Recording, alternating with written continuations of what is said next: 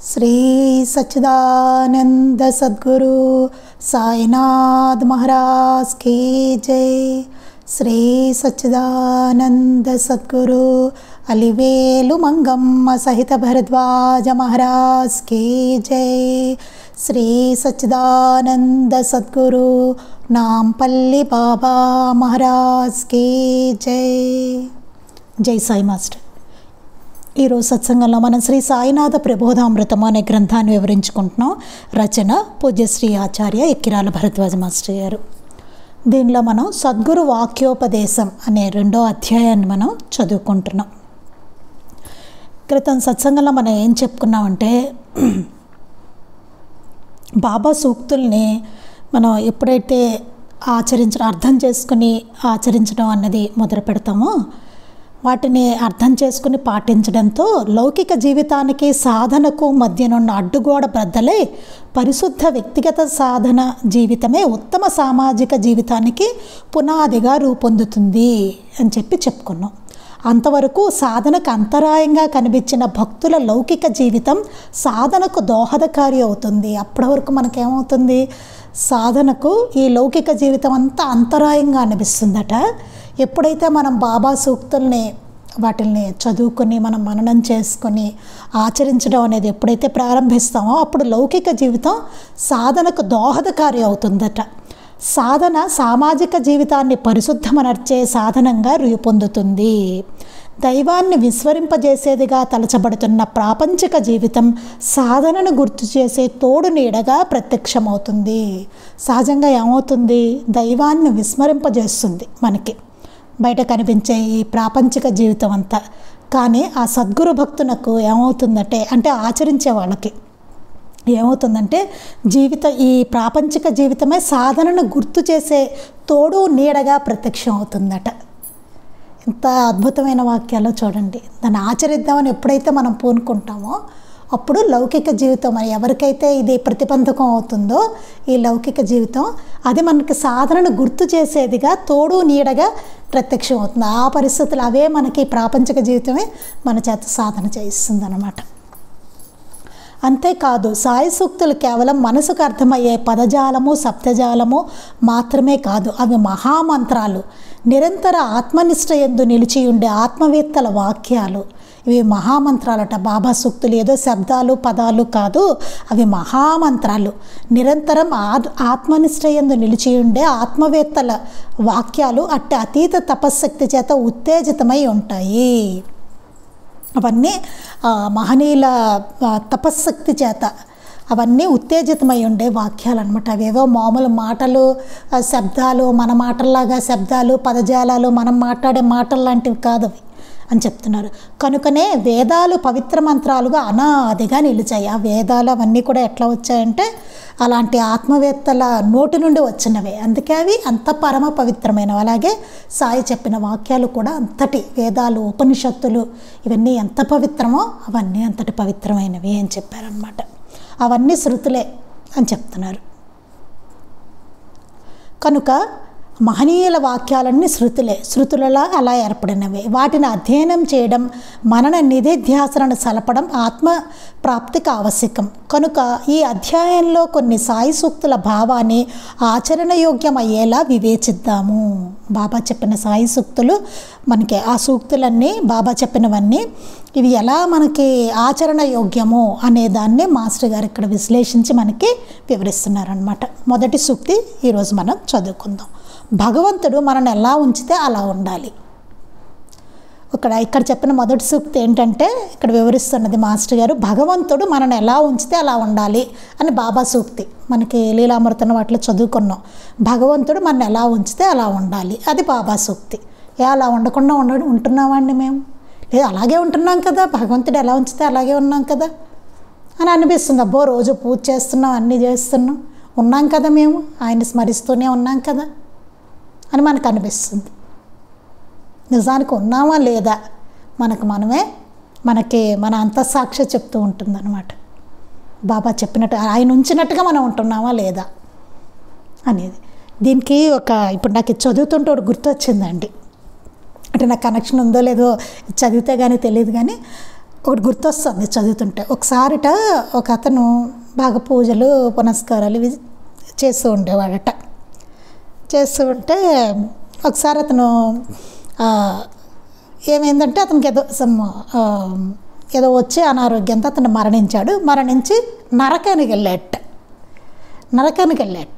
వెళ్తే అక్కడ నరకంలో అడిగా అన్నట్ట, ఏమిటి నేను భగవంతుడిని ఆయన్నే పూజించాను, పూజిస్తే నన్నేంటి అసలు నేను నరకానికి రావడం ఏంటి అన్నట్టు అనేసరికి ఆ నరకంలో హెడ్ ఎవరో ఉంటారు కదండి, దేమధర్మరాజు ఏదో అంటూ, అట్లా హెడ్ ఏమో భగవంతుడిని పిలిచి అన్నట్టు, ఎన్నైనా భగవంతుడు నువ్వు ఇతను నీకు తెలుసా అని అడిగట్టు.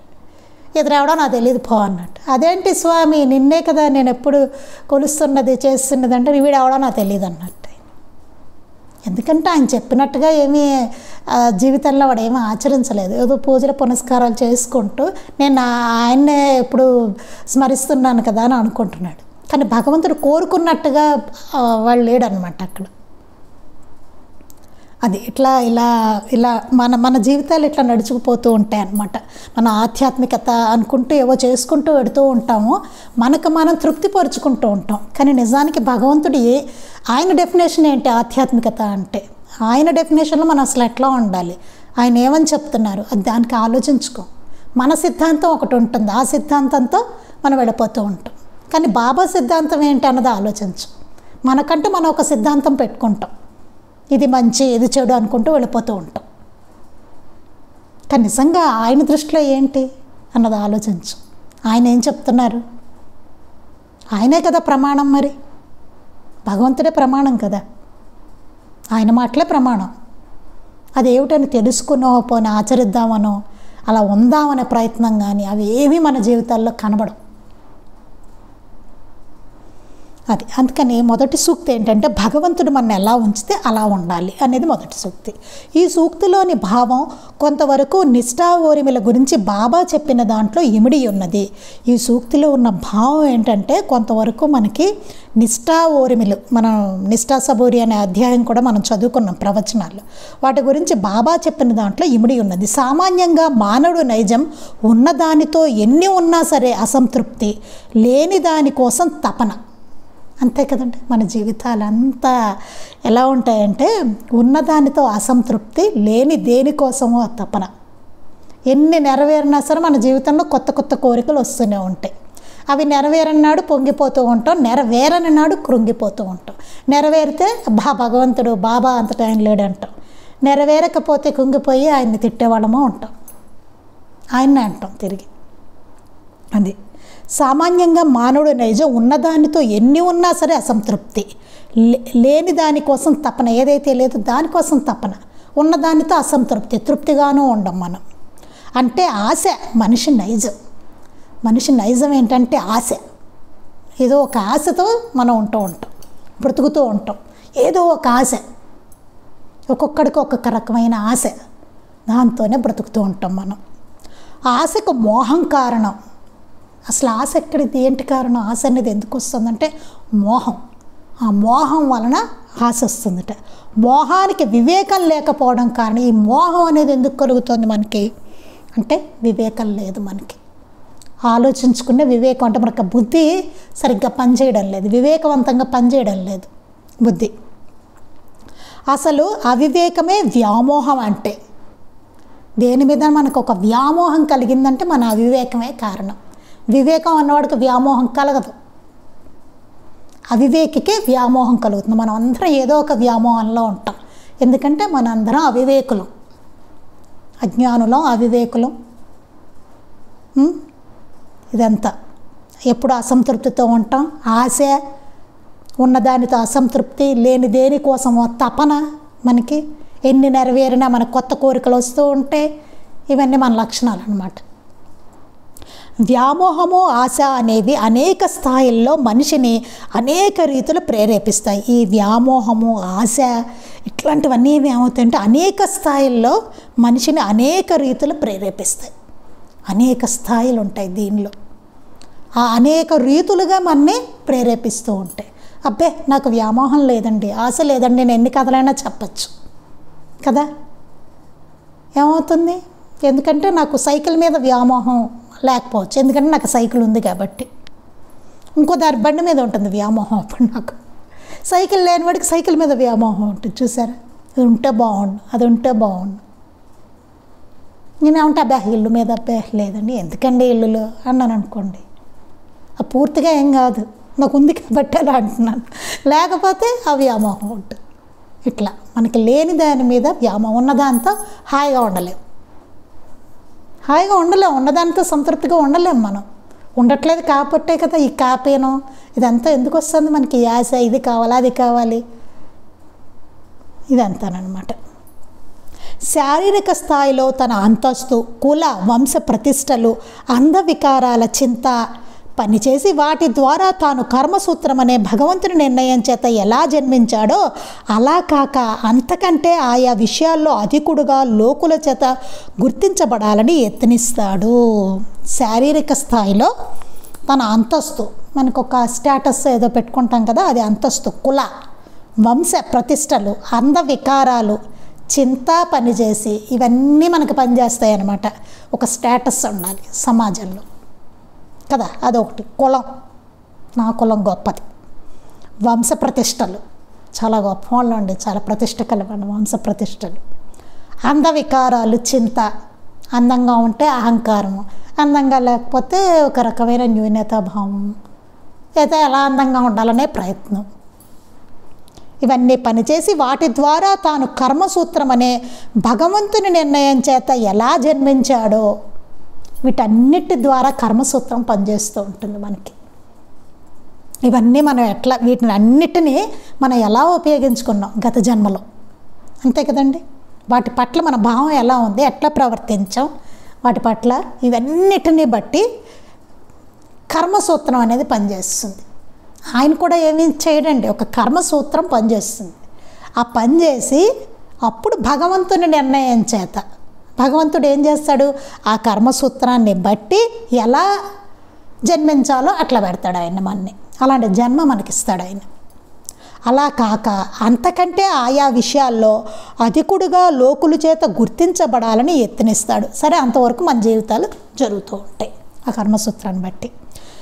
అంతకంటే ఆయా విషయాల్లో ఇప్పుడు అది ఉన్నదానికి కాకుండా ఇప్పటికే బోళ్ళంతా తెచ్చుకుని వస్తాం బ్యాగేజ్ తోటి. అది కాకుండా మనం ఏం చేసుకుంటాం, ఆయా విషయాల్లో అధికుడుగా లోకుల చేత గుర్తించబడాలని యత్నిస్తాడు. ఇవే కాకుండా ఇంకా ఏవో విషయాల్లో నేను ఇంకా అధికుడిని అవ్వాలి, అందరి చేత నాకు కీర్తి ప్రతిష్టలు కావాలి, అందరిలోనూ నా పలుకుబడి ఉండాలి, అందరూ నన్నే గౌరవించాలి, అందరూ నా మాటే వినాలి, ఇట్లా చాలా ఉంటాయి. లేకపోతే నేను ఇంటికి పెద్దని, లేకపోతే అన్ని కుటుంబాలకి నేనే పెద్దని, లేకపోతే ఇంకో ఏవో రకరకాలు, లేకపోతే సమాజంలో నాకు ఒక పేరు ఉండాలి, నేను చెప్పినట్టు ప్రతి వాడు వినాలి. చూస్తున్నాం మనం బయట కదా. ఇట్లా అధికుడుగా లోకుల చేత గుర్తించబడాలని యత్నిస్తాడు. వాడు ప్రయత్నం అంతా అదే, అలాగే యత్నిస్తాడు. వీటి కొరకు కీర్తి, ప్రతిష్ట, ధనము, అధికారము మొదలైన వాటి కోసం ప్రాకులాడతాడు. ఇలా ఒక్కొక్క దానికోసం ప్రాకులాడుతుంటాడు. కొందరేమో కీర్తి కావాలి, వాళ్ళు కీర్తికాంక్ష, బాగా సమాజంలో కీర్తి ఉండాలని వాళ్ళు పాకులాడుతూ ఉంటారు. ప్రతిష్ట కావాలని కొంతమంది, ధనం ఉంటే అన్నీ వస్తాయి అనేసి ధనం కోసం కొంతమంది ఎట్లా సంపాదించాలని అడ్డదారులు తొక్కి ధనం ఉంటేనే అందరూ గౌరవిస్తారనుకోవడం, ఇలాగా వీడు బాగా సంపాదించి మిగతా వాళ్ళందరినీ ఎత్తిమీద చేయడం, అయితే వాడిని తొక్కేస్తాడు కాలుతోటి అలాగా.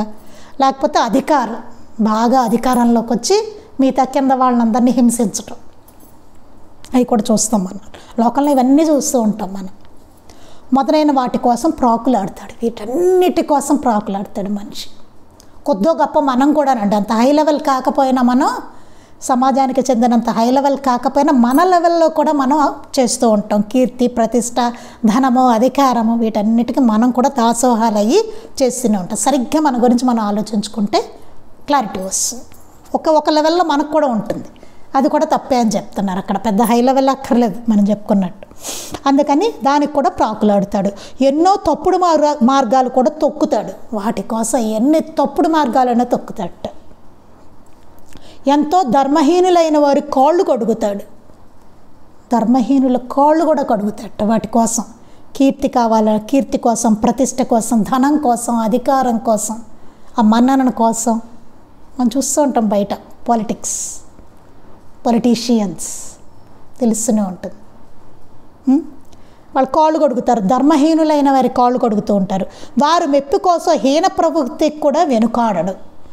వాళ్ళ మెప్పు కావాలి, లేకపోతే వీడికి కుదరదు. వాడు మెప్పు ఉండాలి ఎప్పుడు. అందుకని హీన ప్రవృత్తి, చెత్త పనులు కూడా చేసి దానికి కూడా వెనకాడట. తద్వారా ఎంతో దుష్కరమను మరలా చేసే సంస్కారాలనే సంతరించుకుంటాడు. దాని ద్వారా ఏమవుతుంది? ఎంతో దుష్కర్మను మరలా చేసే సంస్కారాలను కూడా వాడు సంతరించుకుంటాడు. మరలా దుష్కర్మనే చేస్తూ ఉంటాడు. అదొక సంస్కారంగా అయిపోతుంది అన్నమాట. పదే చెడ్డ పనులు చేస్తుంటే ఆ సంస్కారం అయిపోతుందండి. అదే పదే మంచి పనులు చేస్తుంటే అది కూడా సంస్కారం అవుతుంది. అందుకే మంచి సంస్కారాలు, చెడు సంస్కారాలు రెండూ ఉంటాయి మనకి.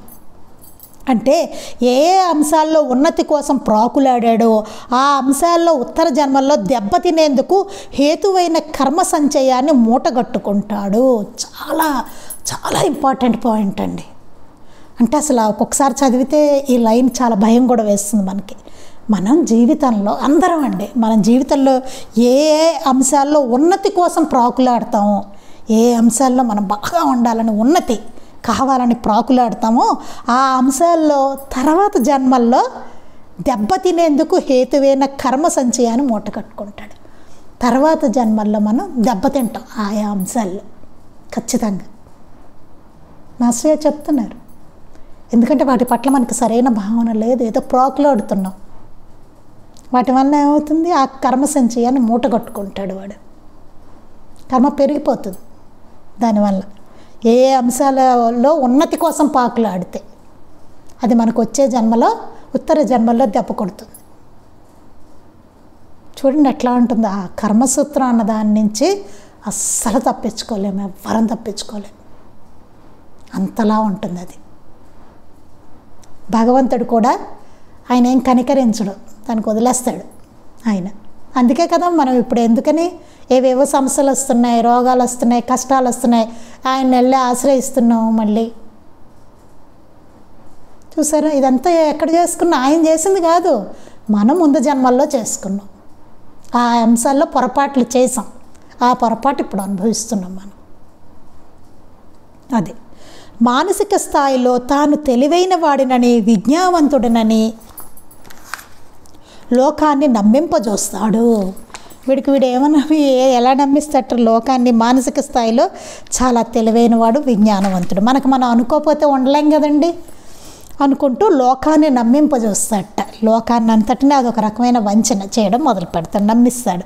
ఆ యత్నంలో ఆత్మవంచన కూడా చేసుకుని తాను నిజంగా అన్నీ తెలిసిన వాడిననే అహంకారానికి గురై అలా కాదని తెలిపి సంస్కరింపజూపే ఆప్తవాక్యాలు తృణీకరించి ఆత్మనాశనం చేసుకుంటాడు. వాడు చాలా తెలివైన వాడు అనుకుంటాడు, వాడు విజ్ఞానవంతుడు అనుకుంటూ లోకాన్ని నమ్మిస్తాడు, తాను వంచన చేసుకుంటాడు. అంటే ఒక ఈగో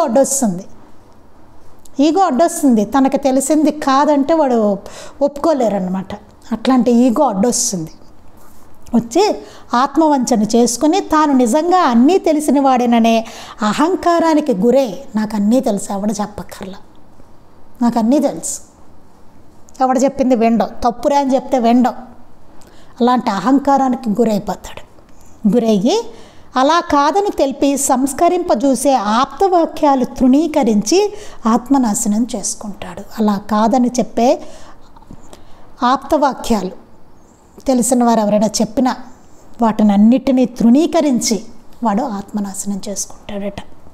అంటే మంచిని ఎవరు చెప్పినా బోధించినా దాన్ని అంగీకరించడు. వీళ్ళ ఈగో వల్ల అన్నమాట. అంగీకరించక తృణీకరించి ఆత్మనాశనం చేసుకుంటాడు. పై చెప్పిన భ్రాంతులతో, దుష్ట సంస్కారాలతో ముక్తికి హేతువు కాగలిగిన మనస్సును ప్రబల బంధహేతువుగా రూపొందించుకుంటాడు. ఈ పై చెప్పిన భ్రాంతులన్నీ ఉన్నాయి కదా, ఇవన్నీ భ్రాంతులు, నిజాలు కాదు. కానీ మనం వాటిల్లో వెళ్ళిపోతూ ఉంటాం అన్నమాట. దుష్ట సంస్కారాలతో ముక్తికి హేతువు కాగలిగిన మనస్సు అనేది చక్కగా మనం మంచి వాటిని తీసుకుంటే కనుక ముక్తికి హేతువు అవుతుంది మన మనస్సు తద్వారా. కానీ అట్లాంటి హేతువైన మనస్సునే ప్రబల బంధహేతువుగా రూపొందించుకుంటాడు. ఆ మనస్సునే ఏదైతే ముక్తికి హేతువో మనస్సు, ఆ మనస్సునే మళ్ళీ ప్రబల బంధ హేతువుగా రూపొందించుకుంటాడట. అదే బంధం అవుతుంది ఆ మనస్సే మనకి. అందుకని కర్మస్థాయిలో అటు జ్ఞానేంద్రియాలు కర్మేంద్రియాలను కూడా పై రీతులను అనుసరించి దుష్కర్మలలో నిమగ్నం చేసి ఇంకా హీన స్థితికి దిగజారుతాడు. మొత్తం మన శరీరంలో ఉండే జ్ఞానేంద్రియాలు కర్మేంద్రియాలను కూడా పై రీతులను అనుసరించిన దుష్కర్మలతో నింపేస్తాం. వాటిని కూడా అట్లాంటి పనులకే వినియోగిస్తాం. వీటిని మన జ్ఞానేంద్రియాలు కర్మేంద్రియాలు కూడా. అంటే బాబాయ్ ఎట్లా ఎందుకు ఇచ్చారు ఈ శరీరాన్ని, భగవంతుడు మనకి ఎట్లా వినియోగించాలి అన్నదాన్ని వదిలేసి మన సిద్ధాంతాన్ని పెట్టుకుని ఎలా పడితే పులిస్తరాకు ఎట్లా ఎగురుతుందో అలా అన్నమాట. ఏ భావం వస్తే దాంతోపాటు ఏ పని చేయాలంటే ఆ పని చేస్తూ, ఏది కావాలంటే అది తింటూ, ఏది అనాలంటే అది అంటూ, ఏది చెయ్యాలంటే అది చేస్తూ, కోతి మనసు కోతి లాంటిది అంటారు చూస్తారు, అట్లాగా స్థిరం లేకుండా పిచ్చి పిచ్చి పనులన్నీ చేస్తూ ఈ జ్ఞానేంద్రియాలు భగవంతుడు ప్రసాదించిన ఈ జ్ఞానేంద్రియాలను కర్మేంద్రియాలను కూడా అలాంటి రీతిలో దుష్కర్మల్లో నిమగ్నం చేసి ఇంకా హీన స్థితికి దిగజారుతాడు. ఇంకా దిగజారిపోతాడు. దేవుడు దేనికి ఇచ్చాడో దాన్ని సద్వినియోగం చేయకుండా, అలా వినియోగించకుండా ఇంకా హీన స్థితికి వెళ్ళిపోతాడు వాడు. ఇంత పాటుపడినా వాడి కర్మను అనుసరించి వాడి యత్నాలు ఫలించకపోవడం కూడా కొద్దు. వాడు ఇంత చేస్తూ ఉంటాడు వాటన్నిటి కోసం, ఆ భ్రాంతుల్లో మునిగిపోయి అంత పాటు పడుతున్నా సరే వాడి యత్నాలు ఏమీ ఫలించవు. అప్పుడు అసలైన తృప్తి కలగనప్పుడు అసూయ ద్వేషాలను సఫలురైన వారి పట్ల పొంది మనస్సుని ఇంకా మలినపరుచుకుంటాడు. అప్పుడు ఏమవుతుంది, వాడికి ఇంకా అలాంటి వాటిల్లో ఉన్నాడు కదా, అందువలన వాడికి తృప్తి శాంతి అనేది ఉండదు, అది కలగదు. కలగనప్పుడు ఎలా కలుగుతుందండి? కలగదు కదా. అలాంటి వాటిలో నిమగ్నమైన వాడికి తృప్తి శాంతి ఎట్లా కలుగుతుంది? అది కలగనప్పుడు వాడికి అర్థం, ఇదేంటిది, ఇంత చేస్తున్నా, నేను ఇంత కష్టపడుతున్నా, తృప్తి లేదే అనిపిస్తుంది వాడికి, శాంతి లేదే, ఇంకా ఏమిటి అనిపిస్తుంది వాడికి. అనిపించి వాడికి ఏమవుతుంది, అప్పుడు ఇతరుల మీద అసఫలమైన వాళ్ళు ఉంటారు చూసారా, వాళ్ళ మీద అసూయ ద్వేషాలను వారి పట్ల పొంది మనస్సుని ఇంకా మలినపరుచుకుంటాడు. వాళ్ళ పట్ల ఇంకా అసూయ ద్వేషాలు వచ్చేస్తాయి వాడికి. వచ్చేసి ఇంకా మనస్సుని వాడు ఇంకా మలినపరిచేసుకుంటాడట. ఇంకా మలినమైపోతుంది మనసు అసూయ ద్వేషాలతో. అయ్యో వాడు సఫలం అయిపోయాడే, వాడు సక్సెస్ అయిపోయాడు, దానిలో నేను అవ్వలేదు అనిపించి ఆ వాడి మీద అసూయ ద్వేషాలు సల్పుతాడు. చేసి ఇంకా మనసు మలినమైపోతుంది. అయిపోయి చెన్నబసప్ప వీరభద్రప్ప కథలోని పాత్రలలాగా దుర్గతిని సమకూర్చుకుంటాడు. మనం చదువుకున్న లీలామృతంలో చెన్నబసప్ప వీరభద్రప్ప వాళ్ళకి ఏ జన్మలు వచ్చాయండి? పాము కప్పల జన్మలు వచ్చాయి. అయినా సరే వాళ్ళ వైరం పోలేదు. చూసారా ఎట్లాంటి పాపాలతో ఉంటుంది. ఆ కథలోని పాత్రలాగా దుర్గతిని సమకూర్చుకుంటాడు. అట్లా దుర్గతి వస్తుందట. ఇట్లాంటి హీన జన్మలు వస్తాయన్నమాట. అప్పుడు ఆ పగలు ద్వేషాలు ఇవన్నీ ప్రబలిపోయి చెన్నబసప్ప వీరభద్రప్పలాగా జన్మలు వస్తాయి. బాబా ఊరికే చెప్పలేదు ఆ స్టోరీ. ఎట్లాంటి పనులు చేస్తే ఎట్లా అవుతాము, వాటి వలన ఎలా తయారవుతాము, ఇవన్నీ అదొకసారి చదువుకుంటూ ఉండాలి ఎక్కువ. హీన జన్మలు ఎట్లా వస్తాయి, ఎందువలన వస్తాయి, అంతటి దుర్గతి ఎందుకు వస్తుంది మనకి, ఇవన్నీ అన్నమాట. ఒకవేళ పుణ్యం వలన వాడి యత్నాలు ఫలిస్తే వాడి అహంకారానికి ధన యవ్వన సౌందర్య విద్యా మదాలకు దాసుడే ఇంకా ఎంతో హీనకర్మల సంచయాన్ని ఏర్పరుచుకుంటాడు. ఒకవేళ వాడికి ఏమైనా పూర్వపుణ్యం ఉండి క్రితం జన్మలో ఏమైనా కాస్త మంచి పనులు చేసో దాన ధర్మాలు చేసో ఏదో పుణ్యం వస్తుంది కదండి. పుణ్యం అనేది రకరకాల రూపంలో వస్తుంది. అలాగా కొంతమంది సంపద రూపంలో వస్తుంది, కొంతమందికి ఏదో ఇంకోలాగా అలాగా రకరకాల పుణ్యం అనేది మనకి వస్తూ ఉంటుంది. ఆ యత్నాలన్నీ వాడికి గత జన్మ పుణ్యం వల్ల ఏమైనా ఫలిస్తే కనుక ఏం చేస్తాడు ఈ జన్మలో? వాడు అహంకారానికి ధన యవ్వన సౌందర్య విద్యామదాలకు దాసుడైపోతాడు. వీటన్నిటికీ దాసుడైపోతాడు. అయిపోయి ఇంకా ఎంతో హీనకర్మల సంచయాన్ని ఏర్పరచుకుంటాడు. వాటి వలన ఇంకా వినయం అవన్నీ రావు వాడికి. విద్య రావడం వల్ల, ధనం వలన, వీటి వలన, సౌందర్యం వలన వినయం ఏమీ రాదు వాడికి. వాటి వలన అహంకారం వస్తుంది వాడికి. వచ్చి వాటన్నిటికీ దాసుడైపోతాడు. ఇంకా అయిపోయి ఎంతో హీనకర్మల సంచయాన్ని ఏర్పరచుకుంటాడు. ఎన్నో హీనకర్మలు చేస్తాడు. ఇలా హీన సంస్కారమైన అతడు లౌకిక ధనాదులు ప్రాప్తిస్తే మద్యపానాది మహాపాపాలకు దాసుడై తనను తాను గొప్పగా భ్రమించి హితం చెప్పే ధర్మాన్ని చేతగానితనంగా గర్హిస్తాడు. ఇప్పుడు మన సమాజంలో చూస్తున్నదే అది. ఎందుకంటే అతడికి ఏమవుతుంది, హీన సంస్కారమయమైన అతడిలో అన్ని హీన సంస్కారాలు ఉన్నాయి. అలాంటి అతడు లౌకిక ధనాలు ప్రాప్తిస్తే, లౌకికంగా బాగా ధనవంతుడయ్యాడు అనుకోండి, కృత జన్మపుణ్యం వల్ల వాడికి ధనం వచ్చింది. ఆ ధనం ప్రాప్తించినప్పుడు ఏం చేస్తాడు, మద్యపానాది మహాపాపాలకు దాసుడై, మద్యము వాటన్నిటికీ. ఇప్పుడు బయట చూస్తున్నాం కదండి ఎట్లా ఉన్నాయో బార్ల దగ్గర జనాలు, వెళ్తుంటే ముక్కు మూసుకోవాలి భరించలేక, సిగరెట్ల వాసనలో. ఇంకా చిన్న పెద్ద తేడా లేదు. ఇంకా ముందుకెడితే డ్రగ్స్, ఇంకా ముందుకెళ్తే ఇక చెప్పరానివి. అసలు వయసుతో ప్రమేయం లేదు చిన్న పెద్ద అనేది. డబ్బు ఉంది, ఆ డబ్బుని ఏం చేయాలో తెలియదు. ఇలాంటి పిచ్చి పనులు చేస్తున్నారు వాటితోటి. చూస్తున్నాం మనం, ఏ ఒక్కళ్ళ కళ్ళతో చూస్తున్నదే మనం. ఇప్పుడు అప్పుడే మాస్టర్ గారు రాసేసారు అంటే బాబాకి అప్పుడే తెలుసు ఎట్లా ఉంటుందో, ఇది ఎలా తయారవుతారు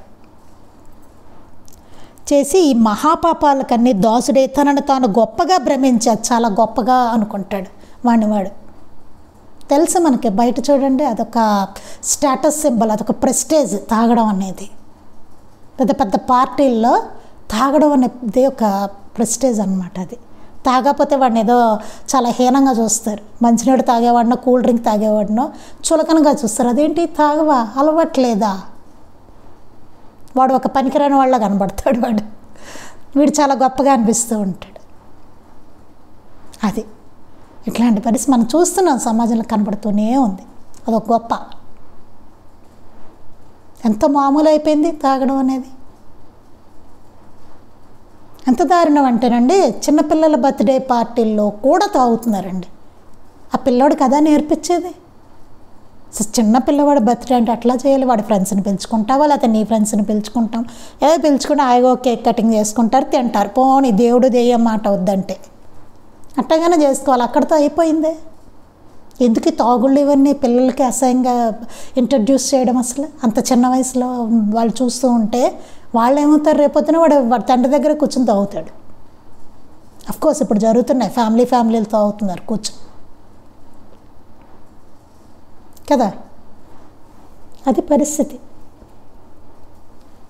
తప్పు అనిపించదు, ఎందుకంటే ఆ హోదా ఉండేసరికి తాగాలి. అదో ప్రెస్టేజ్ అన్నమాట. అందుకని ఏం చేస్తాడు, భ్రమిస్తాడు. వాడు తను చాలా గొప్పగా అనుకుంటాడు. దాన్ని భ్రమించి హితం చెప్పే ధర్మాన్ని చేతగానితనంగా గ్రహిస్తాడు. ఎవడైనా హితం చెప్పాడు అనుకోండి, ఎవడో వస్తాడు ఫ్రెండ్ వచ్చి, ఏంట్రా ఈ తాగుడేంట్రా, మనం చదువుకునే రోజుల్లో ఇట్లా ఉన్నావా, ఏంట్రా ఎట్లా అయ్యావు, ధనవంతుడు అయినంత మాత్రం ఇట్లా తాగాలా, తప్పు కదా చెప్పాడు అనుకోండి. ఎవరైనా వాడిని చాలా చీప్గా చూస్తాడు. వాడు ధర్మంగా మాట్లాడితే, మంచి మాటలు చెప్తే చేతకానితనంగా గ్రహిస్తాడు. అరే నీకు చేత కాదురా, నాకు చేతనైంది నేను తాగుతున్నాను అంటాడు. ఏ విషయమైనా కానండి, మంచి ఎవరికైనా చెప్పారంటే చేతకానితనంగా చూస్తారు. వీడు ఎందుకు చేతకాని వాడని చూస్తారు. మీరు వెళ్ళి బాబా సూక్తులు చెప్పండి ఎవరికైనా, వాడిని ఏమిటో అదోలా చూస్తారు తెలుసండి. నిజంగా మీ ఇంటికి ఎవరైనా వస్తే కూర్చోపెట్టి కాసేపు సత్సంగం చెప్పండి.